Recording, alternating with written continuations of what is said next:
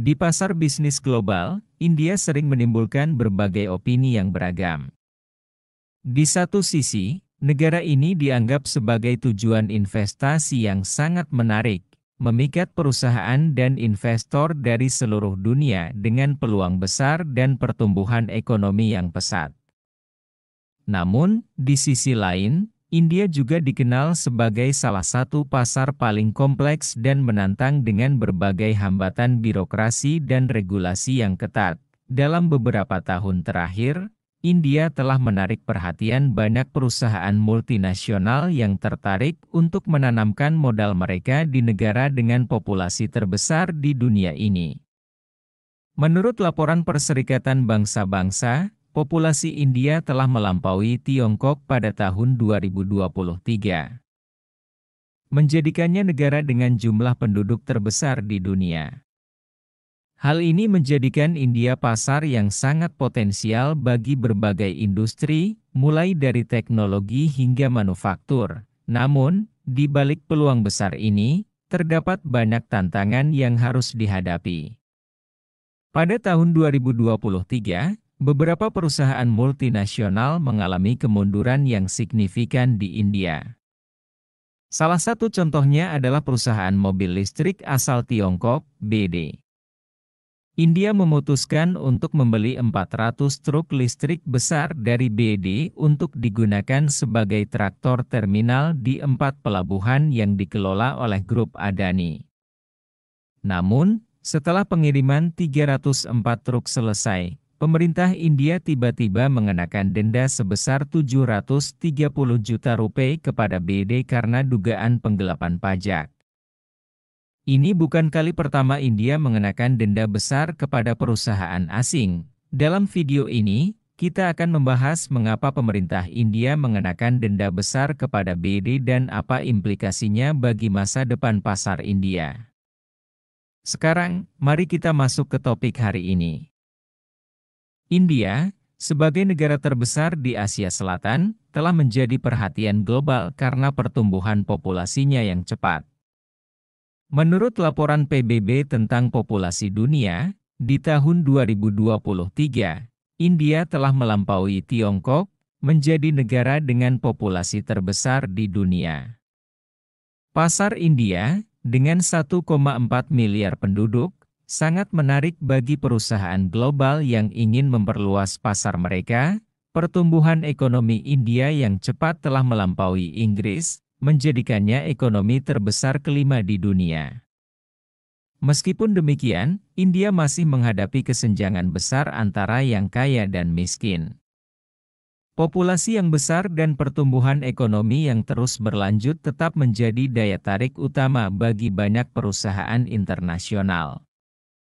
Contohnya, Toyota dari Jepang, Apple dan Microsoft dari Amerika Serikat, serta raksasa otomotif Amerika seperti Ford dan General Motors, semuanya berinvestasi besar-besaran di India. BD, sebagai produsen kendaraan listrik terbesar di Tiongkok, menikmati reputasi tinggi di pasar global. Pada tahun 2023, penjualan kendaraan energi baru BD sangat mengesankan, mencapai 3,02 juta unit dengan peningkatan tahunan sebesar 61,8%. Kendaraan energi baru BD yang diekspor ke pasar luar negeri mencapai 240.000 unit, menjadikannya perusahaan dengan volume ekspor kendaraan energi baru terbesar di dunia. BD mulai memasuki pasar India sejak tahun 2007 dan mendirikan cabang lokal pada tahun 2012. Mereka berencana bekerja sama dengan perusahaan teknik besar di Hyderabad untuk mendirikan usaha patungan kendaraan listrik, dengan rencana investasi sebesar $1 miliar Amerika untuk membangun pabrik di India.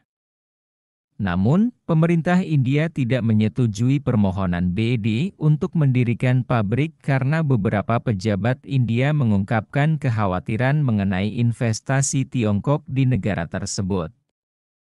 Beberapa pejabat bahkan menunjukkan bahwa ketentuan hukum yang ada tidak mengizinkan investasi asing langsung tersebut, Meskipun India tidak setuju dengan pendirian pabrik di India, kerjasama antara BD dan Grup Adani tetap berjalan. Pada Januari 2023, India membeli 400 truk listrik berat dari BD dalam skala besar. Truk ini memiliki spesifikasi yang mengesankan, dengan panjang 6,5 meter, lebar 2,5 meter, dan tinggi 3,1 meter, serta dilengkapi dengan baterai ultra besar 350 kWh yang mampu menempuh jarak hingga 210 km. Grup Adani, sebagai pengembang dan operator pelabuhan terbesar di India, memilih truk listrik BD untuk mencapai operasi pelabuhan tanpa emisi yang berkelanjutan pada tahun 2025. Namun, perjanjian kerja sama ini menghadapi tantangan besar. Pihak India hanya setuju untuk membayar uang muka sebesar 10% hingga 20% dan sisanya dibayarkan setelah semua barang dikirim. Metode pembayaran ini memudahkan tekanan keuangan di pihak India, tetapi juga meningkatkan risiko pasar bagi BD. Akhirnya, pihak India menerima rencana pembayaran BD, dan pada Februari 2023, truk-truk listrik mulai dikirim ke 4 pelabuhan Grup Adani. Pada Mei 2023, 304 truk telah tiba di pelabuhan dan mulai beroperasi, dengan sisa kendaraan akan dikirim pada tahun 2024. Pada awal tahun 2023, India menuduh perusahaan Tiongkok seperti Xiaomi, Oppo, Vivo, dan OnePlus melakukan penggelapan pajak sebesar 90 miliar rupiah dalam 6 tahun terakhir. Pemerintah India juga menyita aset Xiaomi di India senilai sekitar 680 juta dolar Amerika dan membekukan 119 rekening bank Vivo karena dugaan pencucian uang.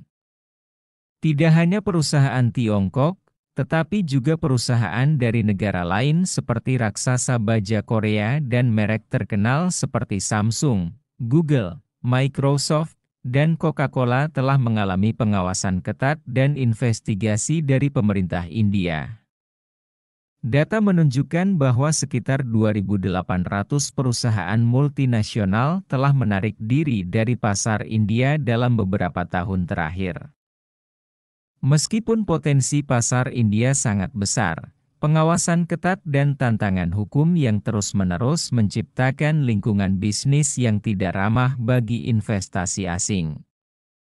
Tanpa dukungan investasi asing, peningkatan industri dan kemajuan teknologi di India mungkin sangat terbatas. Kita dapat belajar dari negara-negara lain seperti Tiongkok dan Singapura yang telah menerapkan strategi berbeda untuk menarik investasi asing.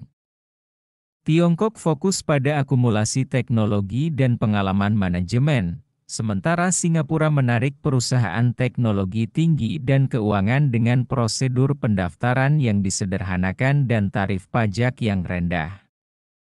Jika situasi di India terus berlanjut, daya saing ekonominya mungkin melemah dan kehilangan posisi pentingnya dalam globalisasi. Jadi, bagaimana menurut Anda?